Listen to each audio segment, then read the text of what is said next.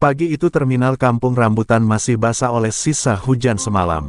Genangan air tercampur oli berserakan di lantai bengkel tua tempat Dimas bekerja. Suara mesin bas menderu, namun tidak ada yang lebih bising dari isi kepalanya. Di balik seragam mekaniknya yang lusuh, tersimpan masa lalu yang tak pernah benar-benar hilang, masa lalu sebagai preman yang dulu menguasai bagian belakang terminal. Kini, ia memilih merunduk, memegang kunci Inggris, berusaha hidup jujur dan menjauh dari dunia lamanya. Dimas baru saja merapikan baut roda bas ketika suara seseorang memanggil dengan nada meremehkan. Mantan jagoan ternyata cocok juga jadi tukang servis. Dimas menoleh, wajahnya dingin. Di kejauhan, para sopir dan kernet hanya menonton dari jauh. Semua tahu Dimas bukan orang biasa, tapi masa itu dianggap sudah lewat. Ia mengabaikan ejekan itu dan kembali menenggelamkan diri pada pekerjaan, mencoba memendam bara yang masih membara dalam dadanya. Di bawah kolong bas, tangan Dimas bergetar, bukan karena takut, melainkan karena berusaha menahan diri. Ingatan tentang pertarungan, pukulan, hiruk-pikuk premanisme, dan darah yang ia timbulkan dulu berkelebat di kepalanya. Ia menghela napas berat. Gue udah selesai sama hidup yang dulu, gumamnya lirih. Tapi dunia di luar sana seperti tak mau membiarkan. Belum sempat ia berdiri, suara langkah sepatu bot berat berderap menghampiri. 3 orang pria bertubuh besar masuk ke area bengkel tanpa permisi. Mereka bukan wajah asing, mereka adalah preman baru yang kini menguasai terminal, dan semua orang tahu reputasi mereka. "Siang, Bang Dimas," ujar pemimpinnya dengan senyum sinis. "Kita cuma mampir buat ngingetin aturan. Semua pedagang, sopir, bengkel, bayar uang keamanan. Termasuk lo." Dimas perlahan bangkit sambil mengusap tangannya yang berlumur oli. Matanya tak berkedip, tatapannya gelap namun tenang. "Gue cuma kerja, gue nggak ikut urusan beginian lagi." Ia bicara serendah mungkin, berusaha meredakan situasi. Namun kata-katanya justru mengundang tawa keras dari ketiga preman itu. "Yang kayak lo mana bisa keluar dari dunia ini? Lo dulu rajanya sini, sekarang mau pura-pura pekerja baik," sindir salah satunya sambil menepuk dada Dimas. Suasana bengkel mendadak sunyi. Para montir lain menjauh, pura-pura sibuk, tapi jelas terlihat ketakutan. Dimas berdiri tegak, wajahnya tetap datar, namun rahangnya mengeras. Pemimpin preman itu mendekat, mendorong dada Dimas hingga ia mundur selangkah. "Gue kasih waktu 3 hari. Bayar, atau lo tahu sendiri." Dimas menunduk sebentar, mencoba meredam amarah yang kini mendidih di dalam dirinya. Ia mengingat sumpahnya pada almarhum ayahnya, untuk berhenti hidup sebagai preman dan bekerja halal. Tapi saat ia mengangkat kepala, tatapan matanya sudah berubah. Tatapan itu membuat 3 preman tersebut secara refleks mundur setengah langkah. Ada sesuatu dalam diri Dimas yang bangkit, sosok lama yang selama ini ia kubur dalam. "Awasin mulut lo," ucap Dimas pelan tapi mengancam. "Gue bukan takut sama kalian. Gue cuma nggak mau balik jadi diri gue yang dulu. Jadi, sebelum bikin gue berubah pikiran, nyah dari sini." Suaranya serak, namun setiap kata seperti memikul badai. Para preman saling pandang, seolah ragu apakah harus mundur atau melawan. Ketegangan itu menggantung di udara, dan untuk pertama kalinya sejak lama, sisi gelap Dimas terasa siap untuk kembali. Beberapa menit setelah ketegangan itu, para preman akhirnya berlalu sambil mengumpat. Namun ancaman mereka tertinggal menggantung di udara, seperti pisau menempel di tenggorokan Dimas. Para montir kembali bekerja, tapi sorot mata mereka penuh cemas. Salah satu dari mereka, Danu, anak muda yang sejak lama mengagumi Dimas, mendekat perlahan. "Bang, kalau abang mau, kita rame-rame lawan mereka," ucapnya dengan suara bergetar. Dimas hanya tersenyum pahit. Lawan tuh gampang, dan menjaga agar nggak jadi monster lagi, itu yang susah. Meski mencoba tenang, hari itu pekerjaan Dimas kacau. Tangannya berkali-kali salah memasang komponen kecil, pikirannya tak fokus. Kepalanya dipenuhi bayangan masa lalu, pertarungan tanpa akhir, malam-malam penuh darah dan jeritan. Ia benci dunia itu, tapi dunia itu seakan memanggilnya kembali. Ketika waktu istirahat tiba, ia duduk sendirian di belakang bengkel, merokok dalam diam, memandangi lalu lalang terminal yang tak pernah berhenti berisik. Sebuah percikan emosi menghantamnya saat ia melihat para preman itu kembali memalak para pedagang kecil di sudut terminal. Seorang ibu penjual gorengan tampak memelas, merogoh uang receh sambil memeluk anak kecilnya agar tidak ketakutan. Dimas mengepalkan tangan sampai buku jarinya memutih. Hatinya berontak ingin berdiri dan menghabisi mereka, tapi ia memaksa dirinya tetap duduk. Bukan urusan gue, gumamnya, meski matanya berkaca-kaca oleh amarah yang tertahan. Sore hari, saat bengkel hampir tutup, seorang sopir bus datang dengan wajah tegang. Mas Dimas, tadi siang mereka bilang kalau abang nolak bayar, bengkel ini bakal hancur, dan siapapun yang dekat sama abang bakal kena batunya. Kata-kata itu menghantam dada Dimas seperti palu godam. Bukan dirinya yang ia khawatirkan, ia tak pernah takut luka. Yang ia takutkan adalah orang-orang yang tak bersalah ikut jadi korban karena dirinya. Di tengah kepanikan itu, Dimas memutuskan pulang lebih awal. Langit gelap ketika ia berjalan keluar terminal, suara klakson bus bercampur gemuruh hujan yang mulai turun. Dalam perjalanan menuju kos, ia melewati gang sempit. Di sanalah ia sadar, bahaya telah menunggunya. 3 bayangan berdiri di ujung jalan, dan ketika ia mendekat, mereka tersenyum buram. Preman yang sama, kini tak menunggu 3 hari lagi. Tanpa peringatan, pukulan keras menghantam pipinya. Dimas terdorong mundur, tapi ia tetap berdiri. Hujan mengguyur, membuat darah dan air menyatu di wajahnya. Mereka mengeroyok tanpa belas kasihan, tendangan kerusuk, pukulan ke perut, hantaman ke kepala. Ia bisa membalas. Ia tahu cara bertarung, tubuhnya ibarat mesin peperangan. Tetapi ia tetap menahan diri dengan segenap kesadaran terakhirnya. Gue nggak mau ngulangin hidup gue nggak mau, teriaknya dalam hati meski tubuhnya remuk.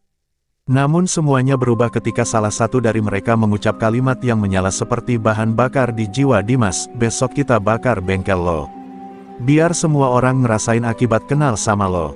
Mata Dimas membelalak, sesuatu di dalam dirinya pecah, batas kesabarannya luluh tanpa sisa. Seketika itu, hawa di sekelilingnya seperti berubah. Ia tak lagi melihat hujan, tak lagi merasakan rasa sakit. Yang tersisa hanya satu hal, amarah murni. Dalam sekejap, Dimas menangkap tangan salah satu preman, memutarnya hingga terdengar bunyi tulang retak. Jeritan itu memecah keheningan hujan malam. 2 preman lain terperangah, terlalu terlambat untuk mundur. Dimas berdiri tegap, tubuhnya gemetar oleh adrenalin dan kemarahan. Ia menatap mereka dengan sorot mata yang begitu gelap dan tak bisa disalahartikan, sisi lamanya telah bangkit. Jeritan tulang yang patah membuat 2 preman lainnya terperanjat mundur, seolah mereka baru menyadari monster seperti apa yang baru saja mereka bangunkan.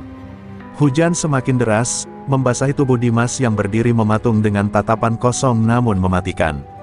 Preman yang tangannya dipatahkan tergeletak sambil meraung, sementara 2 lainnya mencoba menyerang lagi, tapi kali ini Dimas tak lagi bertahan, ia balas.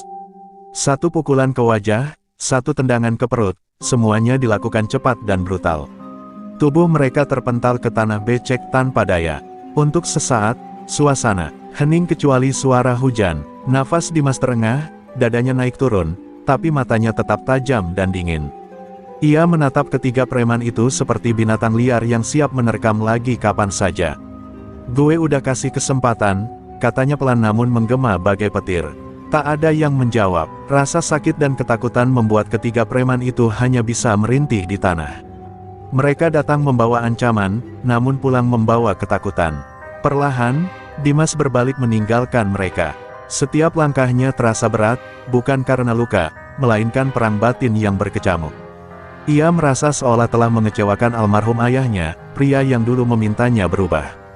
Maaf, ya gue nggak punya pilihan, gumamnya. Tapi jauh di lubuk hati, Dimas tahu kebenaran yang lebih mengerikan, itu bukan semata pilihan, melainkan hasrat lama yang tak pernah benar-benar mati.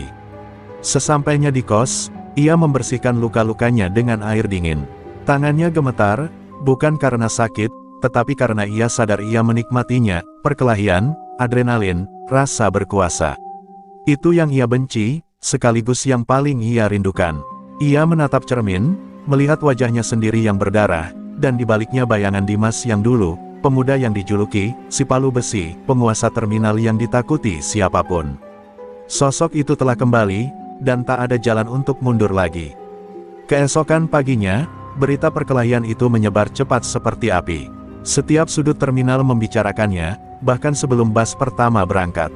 Dimas ia sebalik, Katanya semalam 3 orang preman dihajar sampai nggak bisa berdiri, ujar salah satu kernet. Sopir-sopir yang dulu hanya menonton kini mulai memandang Dimas dengan hormat bercampur kagum. Namun ada juga yang ketakutan, karena kebangkitan sosok seperti Dimas berarti terminal akan berubah menjadi medan perang. Saat Dimas tiba di bengkel, semua orang terdiam.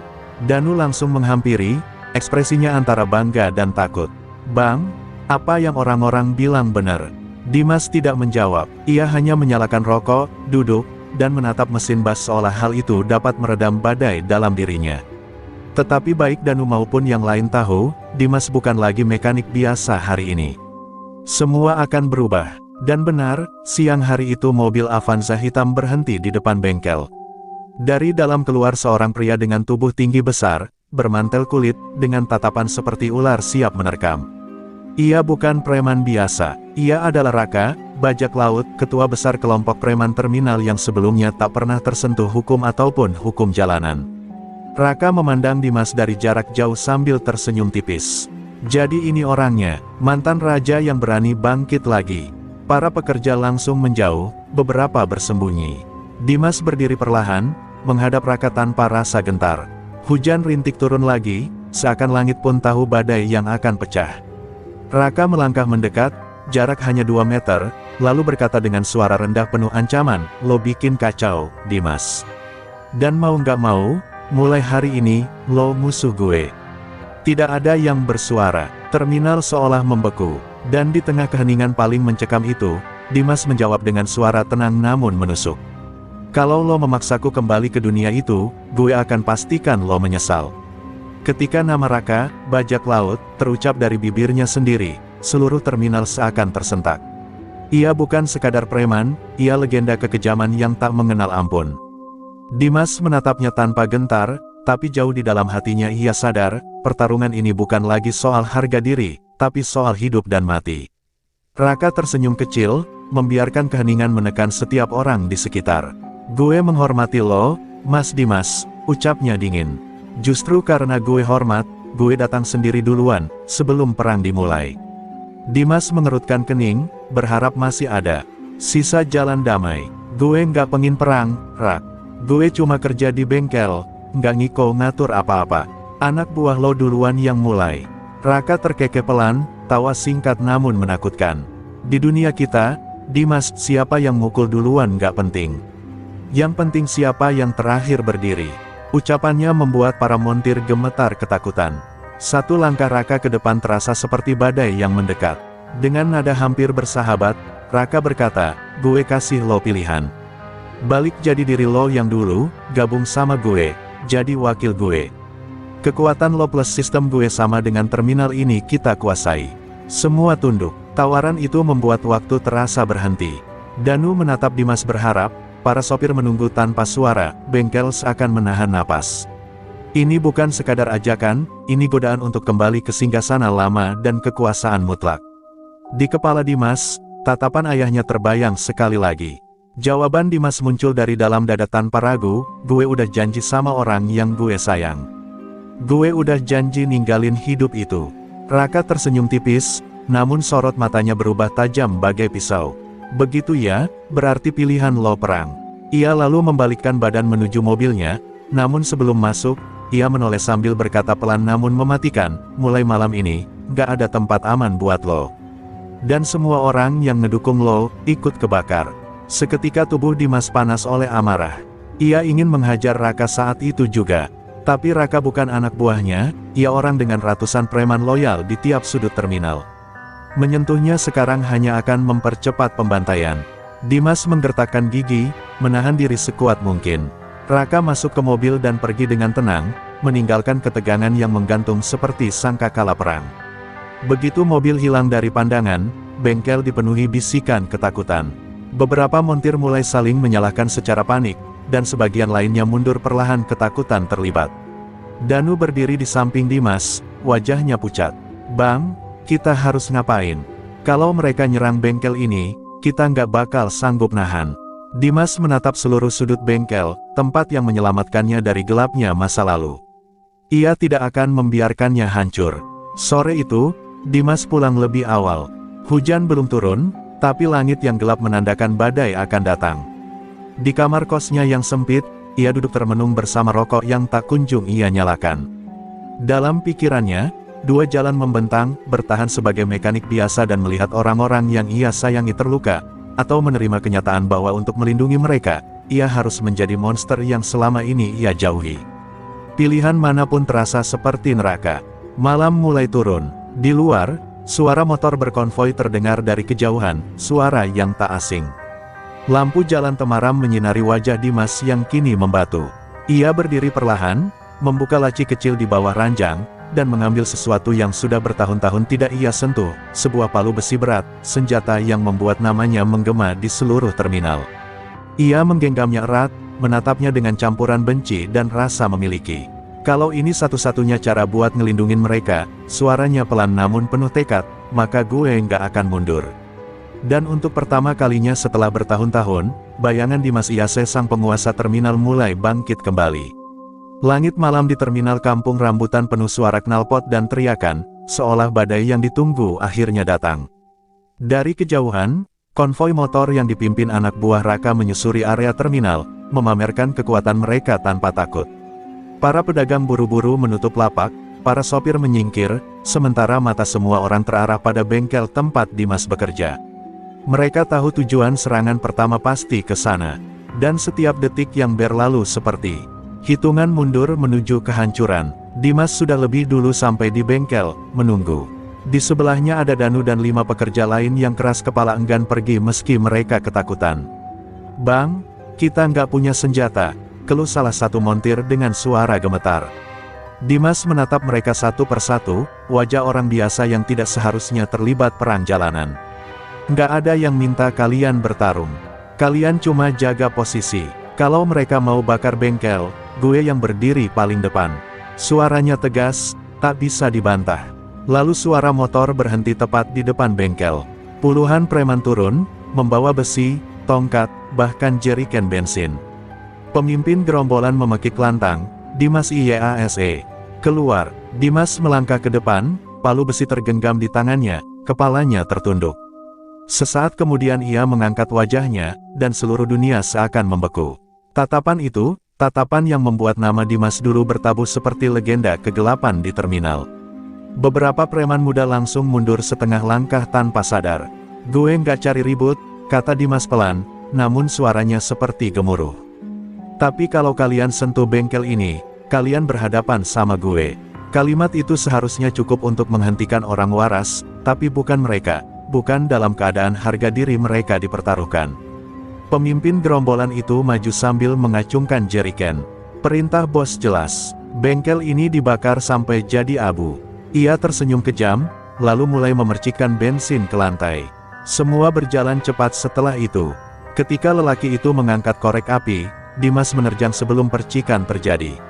Suatu suara keras, lebih seperti dentuman besi menghantam tulang, bergema ketika palu Dimas mengenai bahu pria itu hingga terkapar. Semua preman membelalak kaget, dan seperti meledaknya granat, perkelahian pecah seketika. Danu dan montir lainnya tak punya pilihan selain ikut melawan, meski mereka hanya punya kunci Inggris dan obeng sebagai senjata. Bengkel berubah menjadi medan tempur brutal. Suara hantaman, ambruknya etalase, kaca pecah, dan teriakan kesakitan bercampur jadi satu. Dimas bergerak seperti badai, palu besinya menghajar siapapun yang mendekat. Satu persatu preman tumbang, tapi jumlah mereka terlalu banyak. Mereka menyerang bertubi-tubi dari segala arah.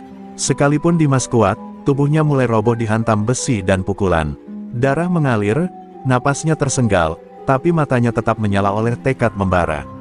Tepat ketika keadaan mulai berpihak pada Dimas dan kawan-kawan, sirene polisi terdengar dari jauh. Preman-preman yang tersisa panik dan berhamburan menaiki motor untuk melarikan diri. Mereka pergi sambil mengancam, "Ini baru pemanasan. Raka bakal datang sendiri." Bengkel porak-poranda, lampu pecah, dinding bolong, dan lantai dipenuhi pecahan kaca. Danu terduduk sambil terisak kesakitan, namun yang pertama ia cari adalah Dimas. Dimas berdiri di tengah bengkel yang hancur, darah mengalir dari pelipisnya, napas berat seperti mesin rusak. Tapi di balik luka itu, api di dalam dirinya justru semakin menyala. "Gue nggak bisa mundur lagi," gumamnya lirih. Di luar, suara polisi makin dekat. Namun yang memenuhi pikirannya bukan takut ditangkap, melainkan satu kalimat yang berputar-putar. Perang ini baru dimulai, dan hanya salah satu dari gue atau Raka yang akan bertahan. Polisi datang terlambat untuk mencegah kekacauan, namun cukup cepat untuk melihat bengkel berantakan seperti sisa peperangan.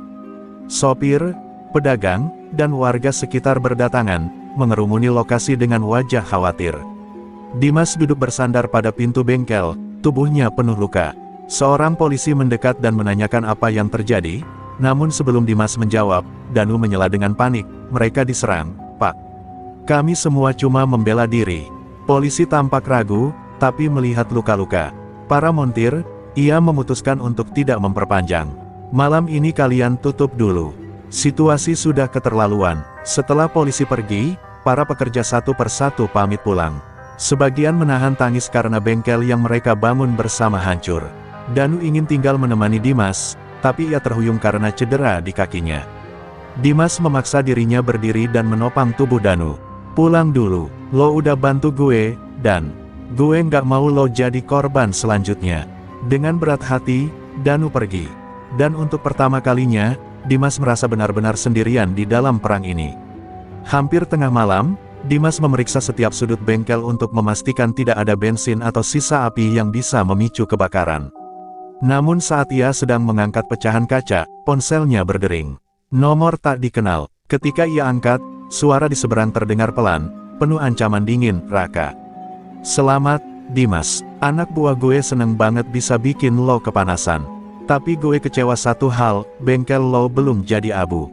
Dimas mengepalkan tangan hingga buku jarinya memutih.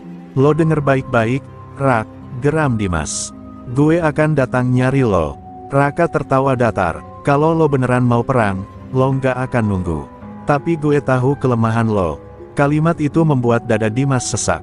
Lo punya orang-orang yang lo sayang, bukan?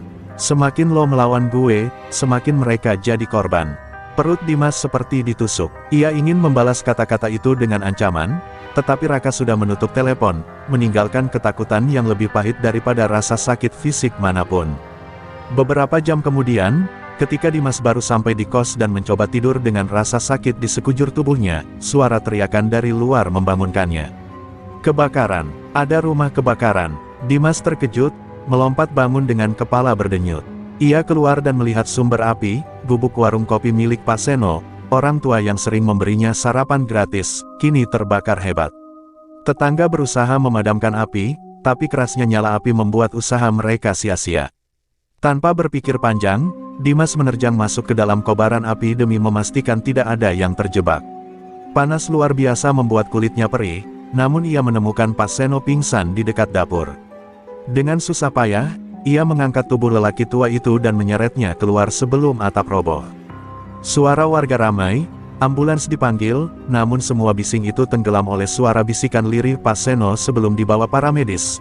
Mereka bilang ini, gara-gara kamu, Mas.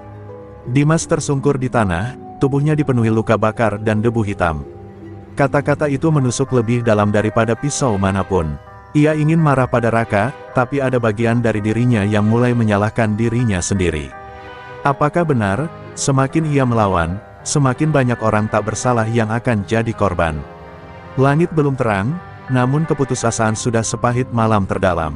Dengan tubuh lemah dan hati tercabik, Dimas kembali ke bengkel yang gelap dan sunyi. Di sana ia duduk tanpa suara, palu besi di pangkuan, wajahnya tertunduk. Untuk pertama kalinya sejak perang ini dimulai, ia ragu. Apakah ia harus menyerah demi menghentikan semua penderitaan? Atau melanjutkan pertarungan meski artinya akan ada lebih banyak korban? Tidak ada jawaban. Yang ada hanya tangis diam seorang pria yang selama ini dianggap tak bisa dikalahkan. Di balik kehancuran itu, satu hal perlahan muncul, dendamnya terhadap Raka kini bukan sekadar perang geng, tetapi perang jiwa. Setelah malam yang mengerikan itu, suasana terminal Kampung Rambutan berubah total. Semua orang kini mengetahui bahwa Dimas bukan lagi sekadar mekanik bas yang pendiam dan bekerja dengan oli di tangannya, dan bukan hanya mantan preman yang sudah lama meninggalkan kehidupan gelapnya. Ia kini menjadi simbol perlawanan. Kemenangan Dimas atas kelompok pemalak yang mencoba menjatuhkannya membuat namanya kembali bergema, tapi bukan seperti dulu. Ada sesuatu yang berbeda, kali ini ia dibicarakan bukan karena kekerasan, tetapi karena keberaniannya mempertahankan martabat terminal dan orang-orang di dalamnya. Namun kedamaian itu hanya sesaat. Pagi berikutnya, berita pertarungan Dimas menyebar ke telinga orang yang selama ini mengontrol para preman yang meresahkan terminal, seseorang yang disebut Bang Raga. Nama itu sudah lama menjadi bayang-bayang gelap di sudut Jakarta Timur. Bang Raga bukan preman biasa, ia punya jaringan, punya uang, dan punya dendam lama pada orang yang pernah meninggalkan dunia jalanan. Saat anak buahnya menceritakan bagaimana Dimas mengalahkan kelompok mereka, wajahnya menegang, lalu ia berdiri dengan penuh kemarahan. Kalau begitu, saatnya dia diingatkan siapa raja sebenarnya di sini. Siang harinya, Dimas sedang memperbaiki bas yang mesinnya mendadak ngadat. Tubuhnya masih terasa nyeri akibat perkelahian semalam, tapi ia bekerja seolah tak terjadi apa-apa. Para sopir dan kernet mendekat, menawarinya minuman dan makanan sambil berterima kasih atas keberaniannya melawan pemalak. Dimas hanya tersenyum tipis, gue cuma lakuin apa yang harusnya dilakukan orang kalau ada yang nginjek-injak tempat kerja. Namun dalam hatinya, ia tahu badai besar sedang mendekat dan ia tidak bisa menghindarinya. Saat senja mulai turun, motor-motor besar datang berkonvoi memasuki terminal. Suara knalpotnya memekakkan telinga, membuat semua orang di sekitar spontan menyingkir ketakutan. Di tengah rombongan itu turun seorang pria bertubuh tinggi dengan tato di lengan kanan, mengenakan rantai baja sebagai ikat pinggang, Bang Raga. Ia berjalan perlahan menuju bengkel Dimas sambil tersenyum mengejek, seperti binatang buas yang baru mencium bau mangsanya. "Gue dengar lo jago sekarang, Mas Mekanik," katanya sinis, menghentikan langkah tepat 1 meter di depan Dimas. Dimas mengangkat wajahnya, tatapannya datar dan tenang. "Gue nggak cari masalah, Raga. Tapi gue nggak bakal biarin siapapun ngerusak terminal ini." Ucapan itu membuat suasana membeku. Semua orang yang mendengar menelan ludah, sadar bahwa konflik yang jauh lebih besar akan terjadi. Bang Raga tertawa keras, tawa meremehkan yang memecahkan keheningan. "Terminal ini milik gue, dan tiap orang di sini kerja karena gue izinkan. Jadi kalau lo mau sok jadi pahlawan, lo bakal gue tenggelamkan hidup-hidup." Raga lalu menawarkan kesempatan terakhir, bergabung kembali menjadi bagian dari jaringan preman dan meninggalkan pekerjaan sebagai mekanik bas. Tawaran itu seperti umpatan pada masa lalu Dimas yang ingin sekali ia lupakan. Semua orang menunggu, sebagian berharap Dimas menolak, sebagian berharap ia menerima untuk mencegah pertumpahan darah. Dengan suara berat namun tegas Dimas menjawab, "Gue udah selesai sama hidup kotor. Lo salah kalau pikir gue bakal mundur cuma karena lo nunjukin otot." Suasana terminal memanas dalam detik itu. Anak buah Raga sudah bersiap, memegang balok kayu dan rantai. Tapi sebelum aksi pecah, Raga mengangkat tangan menahan.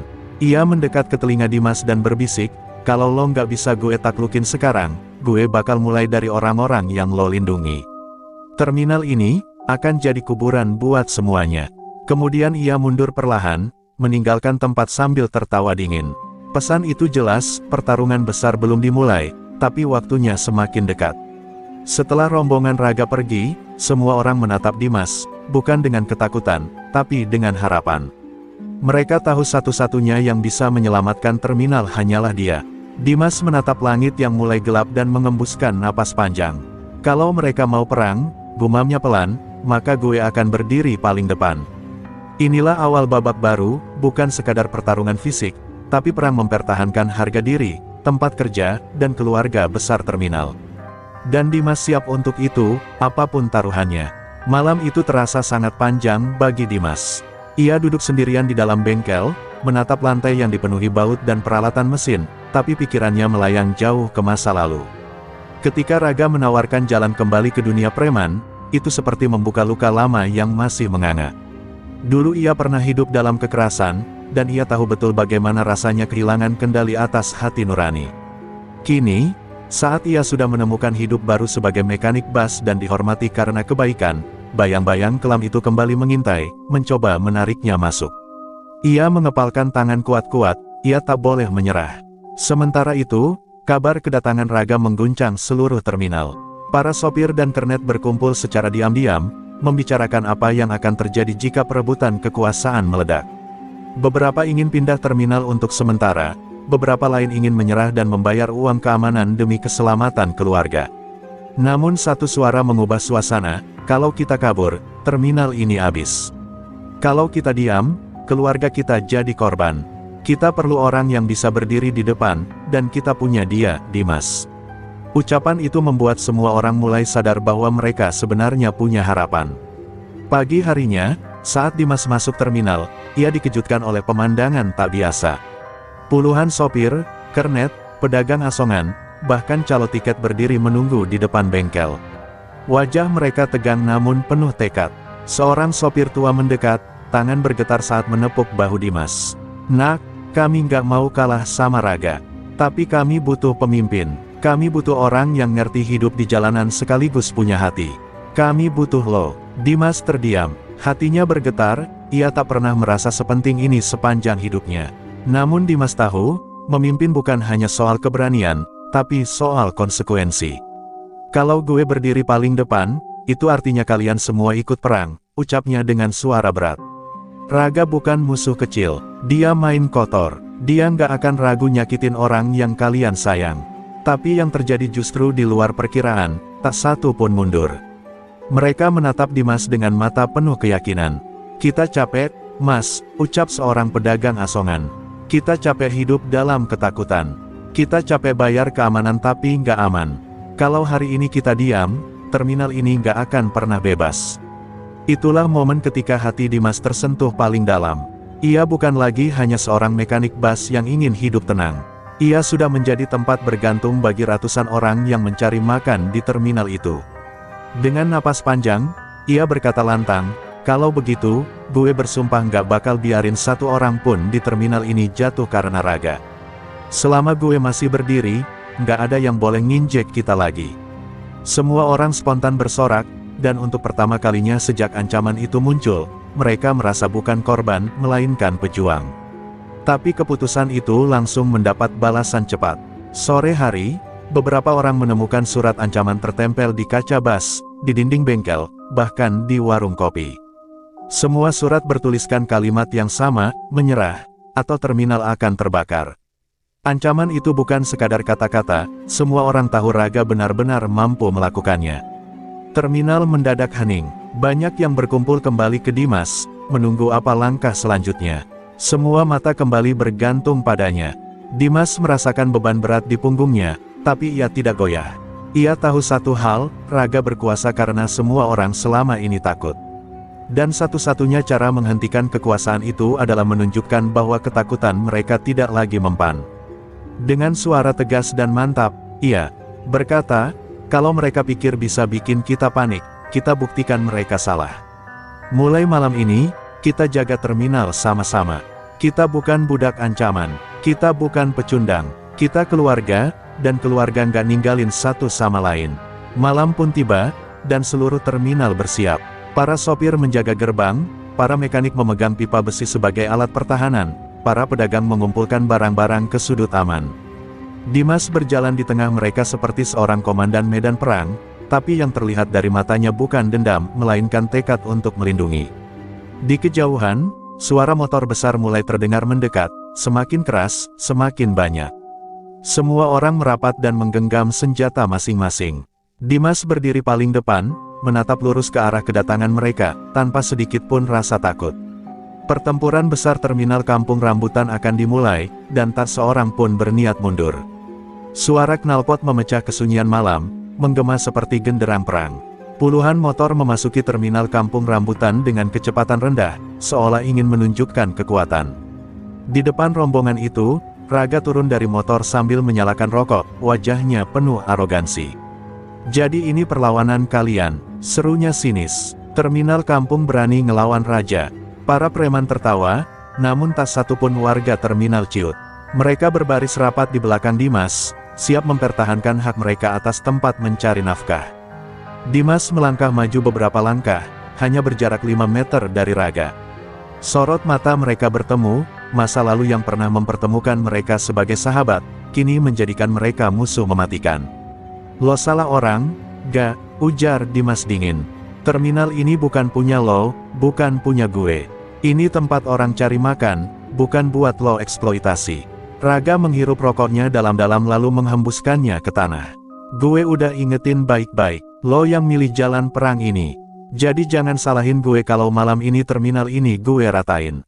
Tanpa aba-aba, salah satu preman Raga melempar botol kaca ke arah pedagang asongan. Botol itu pecah, membuat semua orang tersentak dan teriak. Seketika bentrokan pecah. Preman-preman menubruk barisan warga terminal dengan balok kayu dan rantai besi, sementara sopir dan mekanik membalas dengan pipa, kunci roda, dan bambu. Suara adu pukul, kaca pecah, dan teriakan memenuhi terminal. Raga menatap dari jauh, tersenyum seakan menikmati kehancuran yang ia mulai. Dimas langsung terjun ke tengah pertempuran, memukul keras seorang preman yang hendak menyerang kernet muda. "Mundur!" teriaknya sambil melindungi barisan belakang. Namun ia tak bisa berada di semua tempat. Warga terminal mulai kewalahan karena jumlah lawan jauh lebih banyak. Suara tangis dan panik terdengar dari sisi terminal. Seorang sopir tua jatuh terkena pukulan balok, membuat kemarahan di dalam diri Dimas meledak. "Ragaa!" teriakan itu menggema, membuat semua orang spontan berhenti sejenak. Raga menoleh, dan hanya dalam hitungan detik Dimas sudah menerjangnya dengan hantaman seperti amukan hewan yang selama ini dikurung. Mereka berdua berguling di tanah keras terminal, saling pukul tanpa ampun. Dimas menghantam wajah Raga berulang kali hingga darah berceceran, tapi Raga melawan balik dengan pukulan rantai ke punggung Dimas. Adu kekuatan mereka menjadi pusat perhatian seluruh orang yang masih bertarung. Dua raksasa yang dulu pernah berjalan bersama, kini bertarung sebagai musuh bebuyutan. Namun keunggulan fisik bukan satu-satunya faktor. Raga sudah menyiapkan permainan licik. Saat Dimas mulai unggul dan berhasil mengunci lehernya, seorang anak buah Raga tiba-tiba menghantam kepala Dimas dari belakang dengan balok besi. Tubuh Dimas terhuyung dan jatuh, warga terminal menjerit histeris melihat sang pelindung mereka roboh.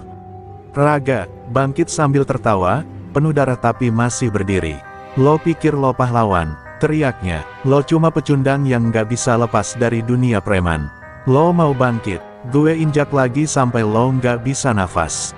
Raga menginjak dada Dimas berulang kali, sementara warga terminal berusaha menerobos tapi tertahan oleh preman-preman lain.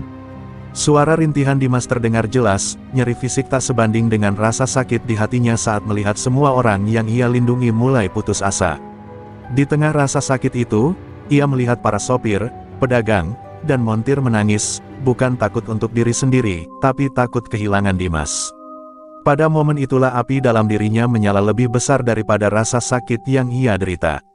Dengan teriakan penuh tenaga terakhir, Dimas memegang kaki Raga dan menghantamkannya ke tanah. Semua orang kaget. Ia bangkit pelan namun matanya berubah, tak ada lagi keraguan, tak ada lagi ketakutan, hanya tekad untuk melindungi terminal apapun harganya. "Selama gue masih hidup," ucapnya sambil menatap semua preman, suara berat dan penuh amarah suci.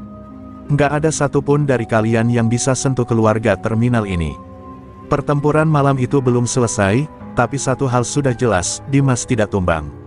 Ia baru saja bangkit. Deru napas Dimas seperti suara mesin bas yang hampir meledak. Tubuhnya babak belur, wajahnya penuh darah, namun tekadnya lebih kokoh daripada beton terminal itu sendiri. Ketika ia berdiri lagi, semua orang, baik warga terminal maupun para preman, terdiam. Ada sesuatu pada sorot matanya, sesuatu yang membangunkan kenangan lama, sosok Dimas Iyase yang dulu menggetarkan dunia jalanan. Bukan sekadar jagoan, tapi pemimpin yang hidup dan mati untuk wilayahnya. Dan kini, terminal ini adalah wilayahnya. Raga menyeringai namun jelas tampak cemas. "Lo nggak tahu kapan harus menyerah ya?" ejeknya sambil maju lagi. Tapi Dimas kini tidak membiarkan dirinya diserang terlebih dahulu.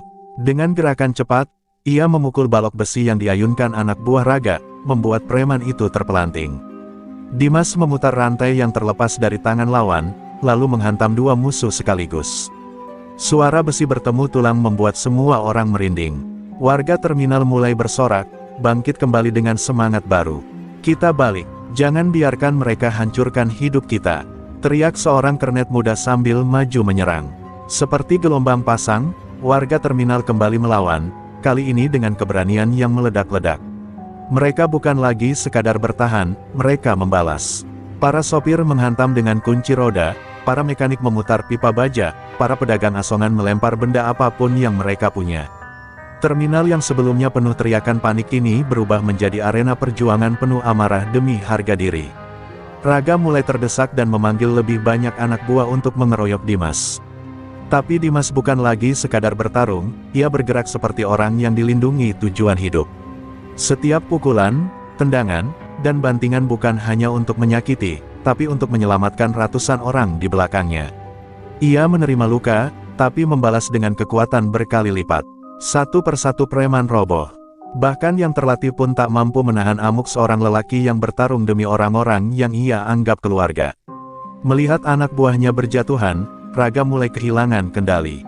Ia merogoh saku dan menarik pisau lipat. Kalau pakai tangan gak cukup, gue bikin lo mati cara lama. Teriaknya sambil menodongkan pisau ke arah Dimas. Semua warga terminal menjerit, namun Dimas hanya diam, langkahnya mantap maju ke depan. Pisau menusuk bahu kiri Dimas, tapi ia seakan tak merasakan apa-apa. Dengan kekuatan luar biasa, ia memegang leher Raga dan mendorongnya ke dinding bas, membuat pisau terlepas dari tangannya. Lo hampir bikin semua orang kehilangan tempat cari makan, ucap Dimas, suara bergetar karena emosi, bukan ketakutan. Lo ancam ibu-ibu pedagang, sopir tua, anak kecil. Itu bukan kekuatan, itu pengecut. Raga mencoba melawan tapi cengkeraman Dimas tak bisa dilonggarkan. Semua orang menahan napas, menunggu apa yang akan Dimas lakukan. Lo mau jadi raja terminal. Ini hukumnya, lanjutnya, lalu menghantamkan tubuh Raga ke lantai hingga ia tak mampu berdiri lagi.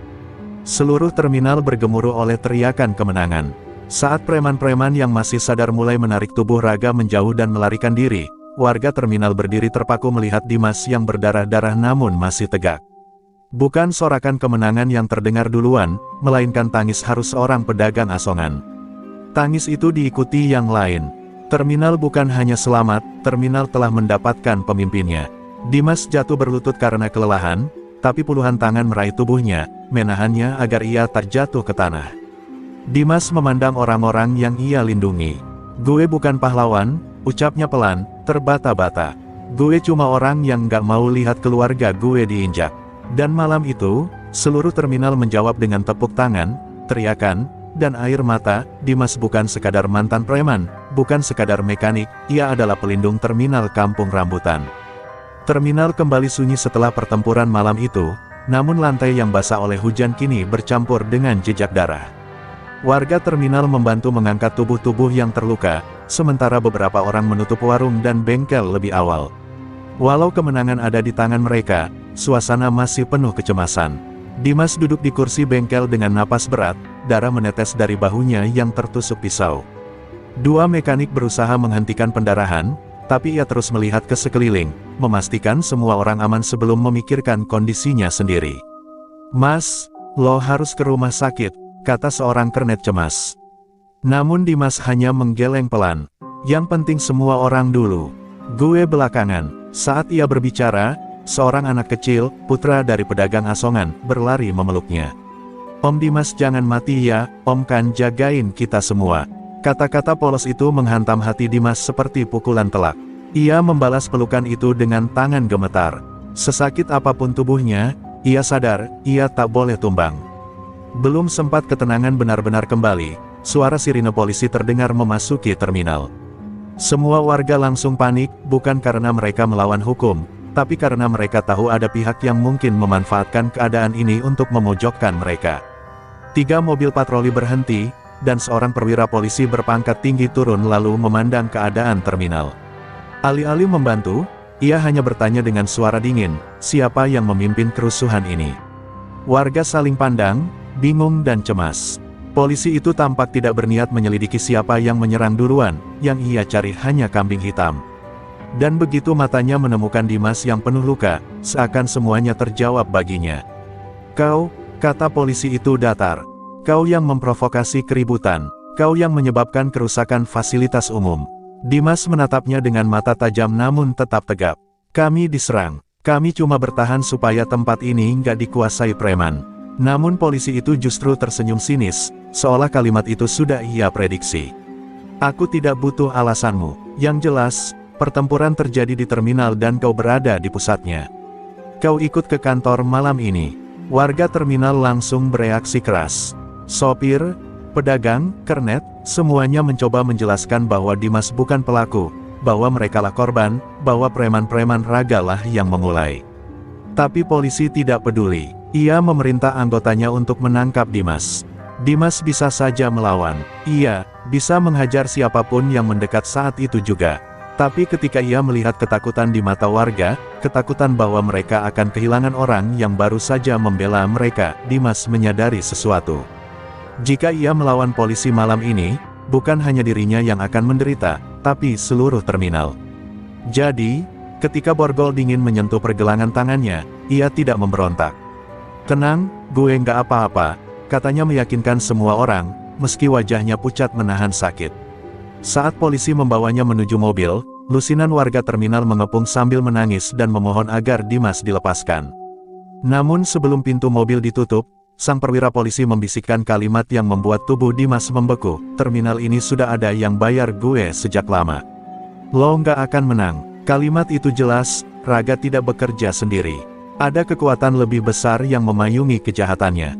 Mobil polisi melaju meninggalkan terminal, sementara warga berusaha mengejar sambil berteriak memanggil nama Dimas.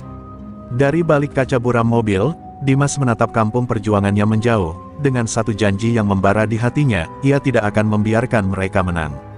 Meski harus berjuang dari balik jeruji. Sel penjara berbau lembab itu terasa seperti dunia asing bagi Dimas.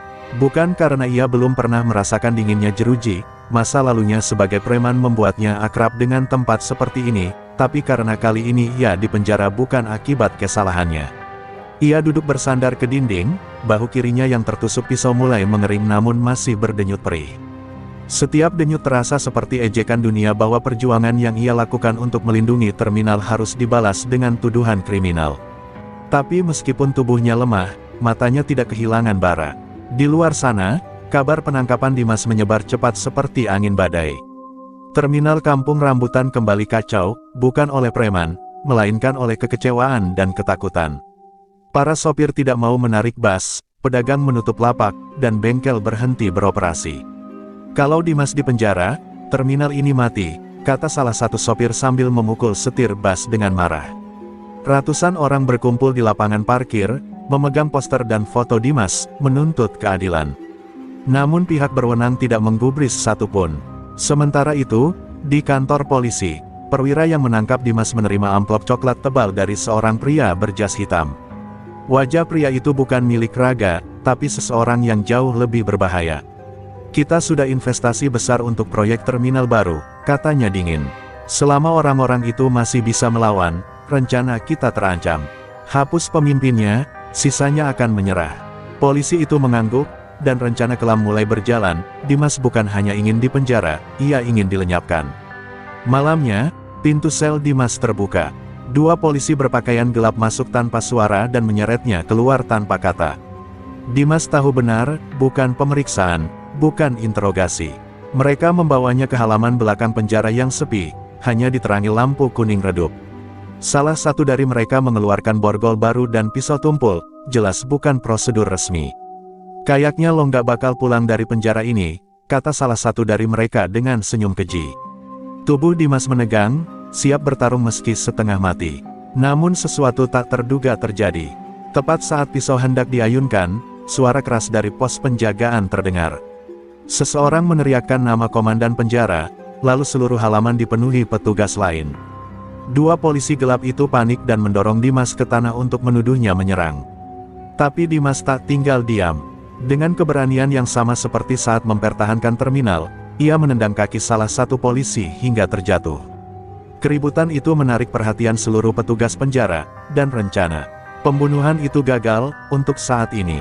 Dimas dipindahkan ke sel isolasi, tangan bergetar bukan karena takut mati, melainkan karena marah. Bukan marah pada hukum, bukan pada jeruji, tapi pada kekuatan besar yang ingin menghancurkan hidup ratusan warga terminal demi uang dan kekuasaan.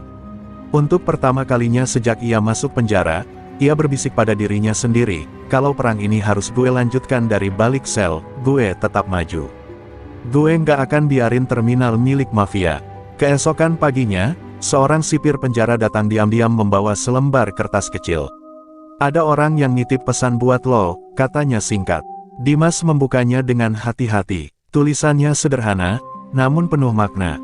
"Kami tidak berhenti. Terminal tetap melawan. Tunggu kami, keluarga rambutan. Dimas menutup mata, bukan karena lemah, tapi karena bangga. Ia tidak sendirian, api perlawanan tidak padam meski dirinya terpenjara. Dengan napas panjang ia berdiri, menggenggam pesan itu erat-erat. Kalau penguasa mafia dan aparat korup pikir memenjarakan dirinya bisa menghentikan perjuangan, mereka salah besar. Dari balik jeruji besi ini, Dimas bersumpah, ia akan kembali. Untuk terminal, untuk keluarga, untuk harga diri. Sejak kejadian bentrokan besar di terminal, nama Dimas menjadi buah bibir para sopir bas dan kernet. Ada yang mengaguminya karena berani melawan penindasan, tapi tak sedikit yang melihatnya sebagai ancaman. Dimas yang biasanya penuh canda kini lebih banyak diam, tenggelam dalam dunia mesin dan oli untuk menenangkan pikirannya. Tatapan kosongnya seolah menyimpan badai besar yang belum reda. Ia tahu bahaya hanya tinggal menunggu waktu untuk menghampirinya. Malam itu dirinya kembali menyentuh bas Primajaya yang sedang bermasalah. Tangannya bergerak lincah membetulkan karburator, tapi pikirannya berkelana pada bayangan wajah Reza, kepala preman terminal yang namanya kini menggema tentang rencana balas dendam. Suara gerindra dan palu tidak mampu menenggelamkan kecemasan yang merayapi tubuhnya. Dimas menarik napas panjang, seakan berusaha meyakinkan dirinya bahwa semua akan baik-baik saja, tapi hatinya menolak percaya. Tak lama kemudian, kernet bas berlari mendekat sambil terengah-engah. Mas Dimas, ada gerombolan orang datang, mereka nyari sampean. Kalimat itu langsung membekukan darah Dimas. Para mekanik lain pun berhenti bekerja, sebagian memilih menjauh demi tak terlibat. Di balik pintu bengkel kecil itu, suara derap langkah sepatu, disertai decak tongkat besi menghantam bodi bas, terdengar semakin jelas pertanda Reza dan anak buahnya tidak datang untuk negosiasi. Pintu bengkel terbuka dengan hentakan keras. Reza melangkah masuk dengan tatapan membunuh, luka di wajahnya, bekas pertarungan sebelumnya, masih terlihat jelas. Akhirnya ketemu juga kau, bocah sok jago. Suaranya menggelegar, memenuhi ruangan. Dimas berdiri perlahan, tanpa rasa gentar, meski dadanya berdegup kencang. Kalau mau balas dendam, hadapi gue. Jangan ganggu orang terminal, balasnya dingin. Meski tahu peluang untuk menang kecil, Dimas menolak mundur. Pertarungan pun tak bisa dihindari. Reza menyerang duluan, menghantamkan tongkat besi ke arah kepala Dimas. Dimas menepis, namun pukulan berikutnya mendarat tepat di perutnya hingga ia terhuyung. Anak buah Reza menyerbu, tapi para mekanik yang selama ini merasa terlindungi oleh Dimas ikut maju membantu. Bengkel mendadak berubah menjadi medan perang kecil, bunyi hantaman, jeritan, dan pecahan kaca menguasai udara. Konflik kali ini bukan sekadar melawan, tetapi mempertahankan harga diri dan wilayah. Dimas sempat terpojok, wajahnya penuh darah, tapi ketika melihat salah satu anak buah Reza menyerang mekanik tua yang sudah seperti ayah baginya, amarahnya meledak. Ia menerjang kembali, memukul tanpa pandang bulu dengan kekuatan. Bagaikan singa yang tersakiti, satu persatu anak buah Reza tumbang. Tubuhnya dipenuhi luka, tapi ia tetap berdiri. Reza mulai goyah menghadapi keganasan Dimas yang tak pernah ia bayangkan.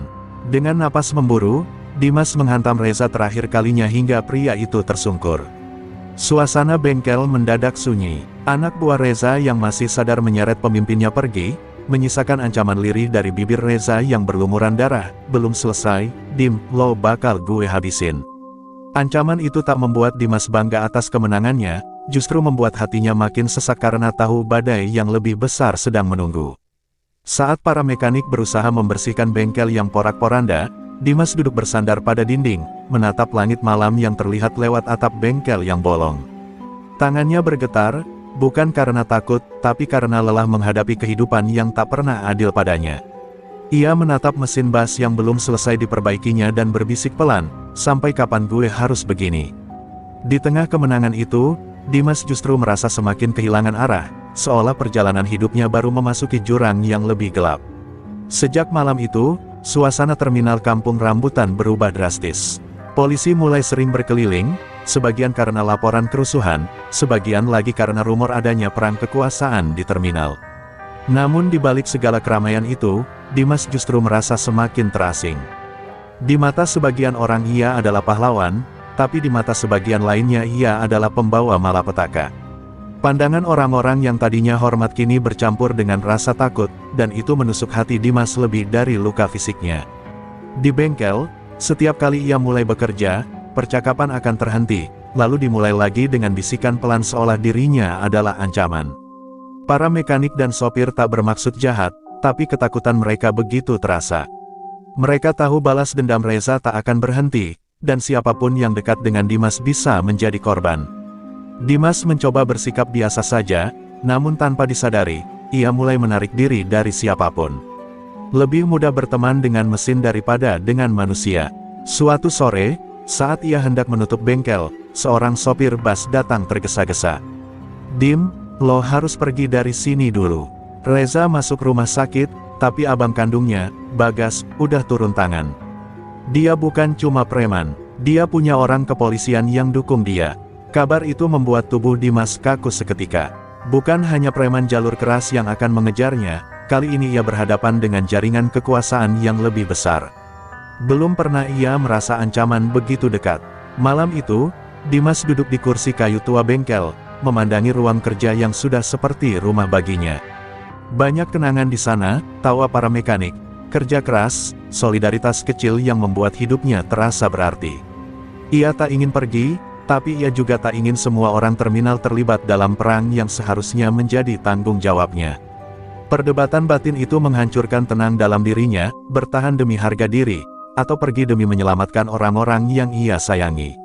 Saat ia sedang dalam kebimbangan itu, suara motor besar berhenti di depan bengkel.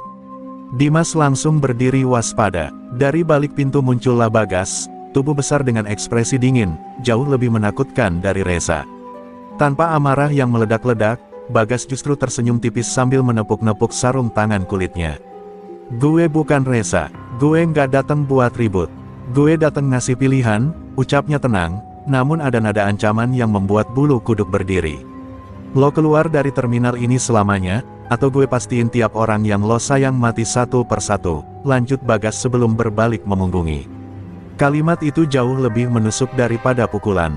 Dimas ingin membalas, tapi tenggorokannya terkunci. Ketika Bagas pergi, Dimas merasakan dunia runtuh, bukan karena takut mati, tapi karena ancaman itu menyasar orang-orang yang selama ini memberi tempat baginya untuk bertahan hidup. Kali ini, keberaniannya membawa risiko yang jauh lebih besar. Ketika para mekanik mendatangi Dimas untuk menanyakan apa yang terjadi, ia hanya tersenyum tipis seolah semuanya baik-baik saja. "Gue cuma butuh istirahat," katanya. Namun saat ia memandang satu persatu wajah mereka, orang-orang yang percaya padanya dan ikut berjuang bersamanya, hati Dimas hancur. Ia sadar, jika ia tetap tinggal, bengkel ini akan menjadi medan perang lagi dan lagi. Entah konsisten atau tidak, entah menyakitkan atau tidak, ia harus pergi demi melindungi mereka. Di tengah malam, Dimas keluar dari bengkel tanpa suara, hanya membawa tas kecil dan kunci Inggris kesayangannya. Terminal yang biasanya ramai kini sunyi, hanya deru angin yang menemani langkahnya. Ketika ia memandang kembali ke arah bengkel, air matanya hampir jatuh, bukan karena kalah, tapi karena harus meninggalkan tempat yang mengajarkannya arti keluarga. Dengan langkah berat, ia meninggalkan terminal Kampung Rambutan, tak tahu kemana akan pergi, namun satu hal pasti, cerita ini belum berakhir, dan badai yang lebih besar sedang menunggunya di luar sana. Sudah 2 minggu sejak Dimas keluar dari terminal. Kini ia bekerja sebagai mekanik keliling di sebuah bengkel pinggir jalan di daerah Cikampek. Meskipun tempatnya jauh lebih kecil dan penghasilannya jauh dari cukup, ia memilih bertahan. Setiap malam, ketika bengkel sudah tutup, Dimas duduk termenung di depan jalan raya, memandangi deretan bus malam yang melintas, merindukan suara klakson dan hiruk-pikuk terminal yang dulu terasa seperti rumah. Kerinduan itu menjadi beban yang tak bisa ia lawan. Namun pelarian bukan berarti kebebasan. Ada malam-malam ketika ia terbangun mendadak dengan keringat dingin, teringat tatapan Bagas yang penuh ancaman. Ia selalu merasa sedang diawasi. Dan perasaan itu semakin menjadi ketika suatu hari ia menemukan secarik kertas terselip di motor bengkel. Tak ada tulisan selain sebuah kalimat singkat yang membuat jantungnya berhenti berdetak, "Lo pikir bisa sembunyi?" Dimas meremas kertas itu hingga hancur, rahangnya mengeras. Bagas masih mengejarnya, dan pelarian tak lagi cukup untuk melindungi siapapun. Pemilik bengkel melihat perubahan sikap Dimas, lebih dingin, lebih tertutup, lebih cepat marah. Suatu sore lelaki tua itu duduk di samping Dimas dan hanya berkata, "Kalau kau terus lari dari masa lalu, masamu nggak akan pernah berubah." Kata-kata sederhana itu menusuk kesadaran Dimas. Ia sadar bahwa ia tidak hidup, ia hanya bersembunyi. Pelarian seharusnya menyelamatkan orang-orang yang ia sayangi, tapi semakin lama ia menjauh, semakin ia merasa menghancurkan dirinya sendiri. Dimas mulai merasa bahwa ia tak bisa diam selamanya. Keputusan itu menguat ketika ia menerima telepon dari seorang sopir bus yang dulu sering ia bantu di terminal.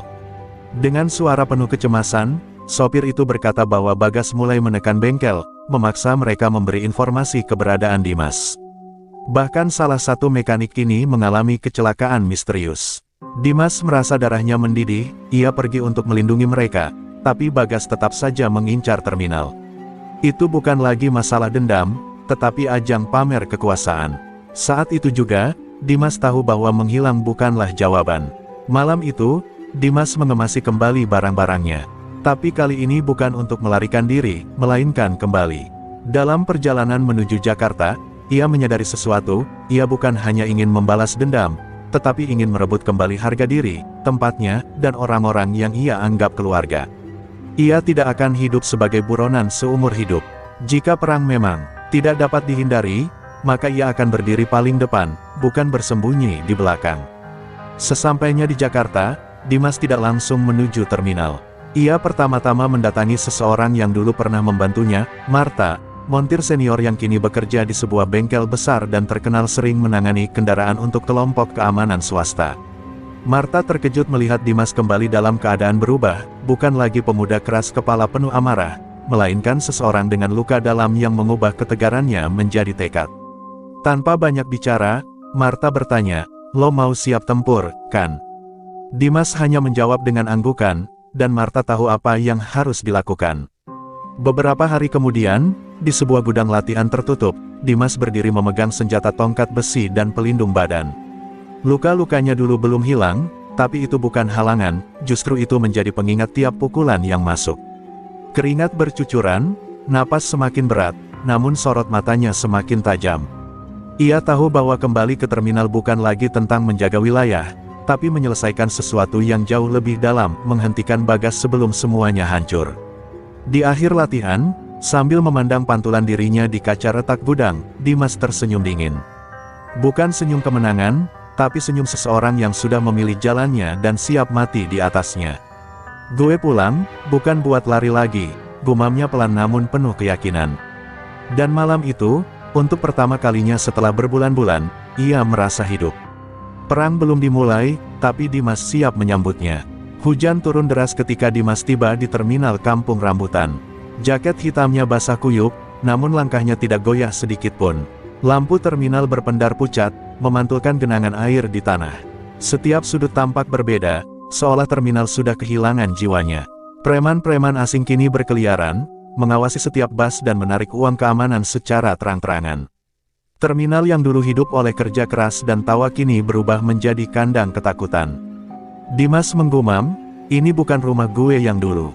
Saat Dimas masuk lebih dalam ke area bengkel, keheningan meneror. Bengkel yang dulu dipenuhi suara gerindra, denting mesin, dan candaan mekanik kini redup dan hampir mati. Hanya satu orang di dalam, Maman, mekanik tua yang pertama kali mengajari Dimas dulu. Ketika melihat Dimas, Maman terdiam beberapa detik sebelum air matanya jatuh begitu saja. "Dim, apa yang lo lakukan balik ke sini?" tanyanya dengan suara bergetar. Dimas hanya meletakkan tangannya di bahu sang mekanik dan berkata pelan, "Gue nggak akan ninggalin kalian lagi." Setelah pertemuan itu, kabar kembalinya Dimas menyebar seperti angin topan. Ada yang lega, ada yang takut, dan ada yang khawatir perang besar akan pecah. Namun satu kelompok yang paling terguncang adalah para preman baru yang bekerja untuk Bagas. Mereka segera mengirim laporan, dan berbeda dengan Reza dulu, Bagas tidak bereaksi dengan kemarahan, melainkan dengan senyuman dingin. "Biar dia datang. Gue udah siap untuk itu," katanya sambil menyiapkan pasukan bayaran yang jauh lebih terlatih. Malam pertama setelah kepulangannya, Dimas duduk di kursi tua bengkel sambil membersihkan tongkat besi yang ia bawa dari tempat latihan. Bunyi sepatu berat mulai terdengar mendekat dari arah luar. Ketika pintu digebrak, 5 orang preman bersenjata tajam menyerbu masuk, yakin akan menemukan Dimas ketakutan. Namun mereka salah besar. Dalam hitungan detik, bengkel berubah menjadi arena pertempuran.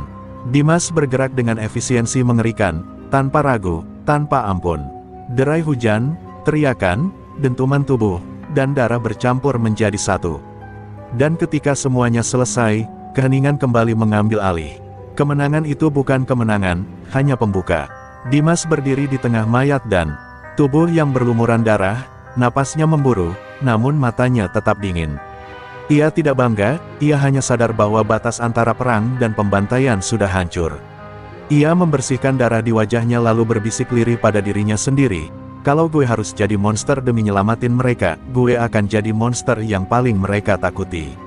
Keesokan paginya, Dimas menerima pesan melalui ponselnya, tanpa nama pengirim.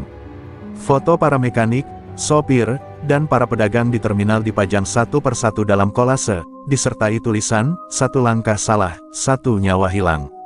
Itulah gaya Bagas, psikologis dulu, baru fisik. Dimas menggenggam ponsel itu begitu kuat hingga hampir hancur, namun ia mencoba menahan emosinya. Ia tahu bahwa melawan Bagas secara frontal sekarang hanya akan membuat terminal menjadi korban. Butuh strategi, bukan kemarahan. Malam harinya, para sopir dan mekanik berkumpul di bengkel. Mereka datang bukan untuk meminta bantuan, tapi untuk menawarkan dukungan. "Kalau lo mau lawan Bagas, kita ikut," ujar seorang sopir bas dengan suara mantap. Namun Dimas justru menggeleng. "Bukan kalian yang harus bertarung. Kalian cuma butuh hidup tenang." Kata-kata itu membuat keheningan panjang memenuhi ruangan. Untuk pertama kalinya, mereka melihat Dimas bukan sebagai preman, melainkan pelindung yang memikul semuanya sendirian. Saat tengah malam menyelimuti terminal, Dimas keluar dan berdiri tepat di pusat lapangan parkir bus, menatap langit yang gelap. Ia tahu Bagas sedang menunggu momen ini. Dengan suara rendah namun penuh keberanian, ia berkata pada dirinya sendiri, "Medan perang ini milik gue. Kalau Bagas mau ngambil terminal ini, dia harus nginjek gue dulu." Di kejauhan, sebuah mobil hitam berhenti perlahan, dan dari dalamnya keluarlah Bagas dengan langkah santai. Dua musuh terbesar terminal akhirnya bertemu, dan perang yang selama ini hanya berupa ancaman kini berubah menjadi kenyataan. Tanda hubung, tanda hubung, tanda hubung. Jika siap, kita lanjut bab berikutnya, konfrontasi langsung Dimas dan Bagas, perang terminal yang memuncak, pengkhianatan, korban, dan keputusan besar yang mengubah segalanya. Tulis saja, lanjut bab berikutnya. Baik, kita lanjutkan bab berikutnya, tepat setelah kedatangan Bagas dan momen tegang di tengah lapangan terminal. Tanda hubung, tanda hubung, tanda hubung. Bab selanjutnya, perang yang tak bisa dihindari. Untuk sesaat, waktu seolah berhenti ketika Dimas dan Bagas saling menatap di bawah hujan malam. Tidak ada teriakan, tidak ada ancaman, hanya dua pria yang tahu bahwa mereka telah sampai ke titik tanpa jalan kembali. Bagas berjalan mendekat dengan ekspresi tenang, sementara anak buahnya mulai mengelilingi lapangan terminal. "Akhirnya lo balik juga," ucap Bagas pelan namun menusuk. "Gue kira lo bakal kabur terus kayak pengecut." Dimas tidak terpancing, ia hanya menjawab singkat, "Gue pulang buat ngambil apa yang lo rampas." Bagas tertawa pelan, seolah ejekan itu hanya hiburan. "Terminal ini bukan milik lo. Ini milik siapa yang paling kuat," katanya sambil mendekat hingga wajah mereka hanya berjarak beberapa senti. "Lo mau naikin harga diri lo? Silakan. Tapi ingat, semua orang di terminal ini bakal jadi korban." Kalimat itu bukan sekadar ancaman, itu undangan perang terbuka. Dan Dimas menjawabnya tanpa ragu, "Kalau lo nyentuh satu orang aja, gue bakal ngehabisin lo dari akar sampai pucuk." Tak ada aba-aba, Bagas mundur selangkah dan langsung memerintahkan serang.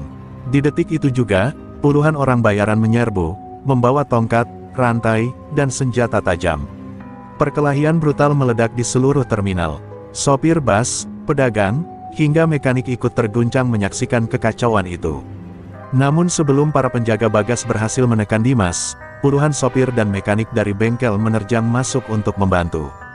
Mereka tidak mematuhi larangan Dimas, mereka memilih bertarung demi rumah mereka sendiri. Pertarungan itu bukan sekadar fisik. Itu adalah letupan dari amarah bertahun-tahun yang dipendam, perlawanan rakyat terminal terhadap tirani. Teriakan, bunyi hantaman, dentingan besi, dan kaca pecah bercampur menjadi simfoni peperangan yang mengerikan. Dimas bertarung seperti iblis, setiap pukulan yang ia tebas membawa memori penderitaan orang-orang terminal, rasa bersalah karena pergi, dan tekad untuk menebus semuanya. Tubuhnya dipenuhi luka, namun ia tidak berhenti. Di tengah kekacauan, Bagas menunggu momen yang tepat. Ketika perhatian Dimas teralihkan, Bagas muncul dari belakang dan menusukkan pisau ke sisi tubuhnya. Dimas terjatuh, darah mengucur deras, namun ia masih mampu bangkit. Bagas memandangnya dengan senyum kemenangan yang penuh kebencian. "Lo pikir lo bisa menang?" ejeknya. Dimas memuntahkan darah dari mulutnya dan menjawab pelan, "Gue nggak balik buat menang, gue balik buat ngelawan." Lalu dengan sisa tenaganya, ia menghantam rahang Bagas dengan tongkat besi hingga lawannya terjatuh. Pertarungan keduanya pun pecah, bukan lagi antar geng, melainkan dua pemimpin yang mempertaruhkan nasib terminal. Hujan semakin deras seakan ikut menonton. Bagas unggul dalam kekuatan brutal, sementara